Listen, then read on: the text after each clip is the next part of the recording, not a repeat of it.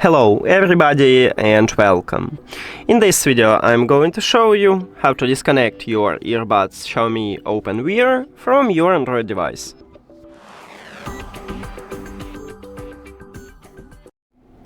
You have to start by open Settings and then go to the Bluetooth or connected devices. At the device list, click the information icon or settings icon near to your earbuds. And right here at the right side we have a button, Disconnect. And you need to tap at this button. But before I tap on it, I will tell you the difference between Disconnect and Unpair. So, when you select to disconnect your earbuds and you tap at this button, you will stop Bluetooth connection with your earbuds, but leave it at the device list. And if you select to Unpair your earbuds, you need to click at the Forget button, and then you will totally remove your earbuds from your phone. So, if you need this way, you need to tap at that button.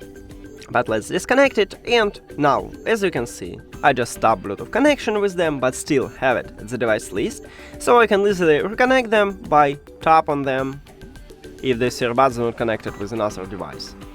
And that's it.